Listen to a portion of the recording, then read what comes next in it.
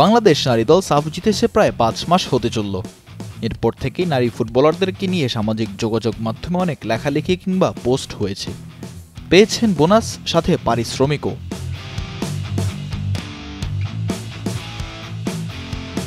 হঠাৎ করেই কি যেন হয়ে গেল নারী ফুটবলারদের।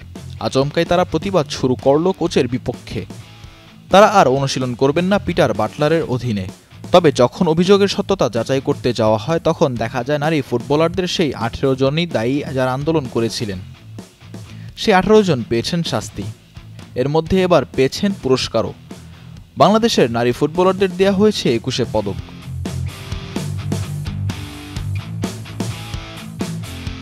সোমবার নারী ফুটবলারদের এমন অপেশাদারী আচরণের পরও কেন ২১ পদক দেওয়া হচ্ছে সেই বিষয়ে প্রশ্ন করলে আসিফ মাহমুদ সজীব ভুঁইয়া জানান, ২১ পদক থেকেই তো বোঝা যাচ্ছে যে যথাযথ সম্মানটা দেওয়া হচ্ছে।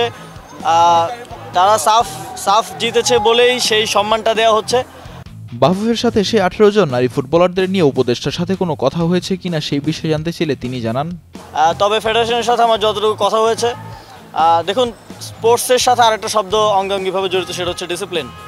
এবং যেখানে এই বিষয়ে সিদ্ধান্ত নেয়ার কিংবা এই বিষয়টা সমাধান করার দায়িত্বটা বাফুফের, এবং বাফুফে একটি স্বতন্ত্র প্রতিষ্ঠান, মন্ত্রণালয় তার জায়গা থেকে সমন্বয় করে এবং আমরা সমন্বয় করছি।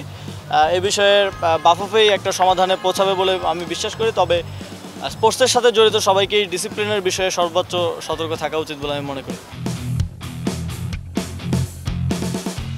মিজানুর আশিক, কালের কণ্ঠ।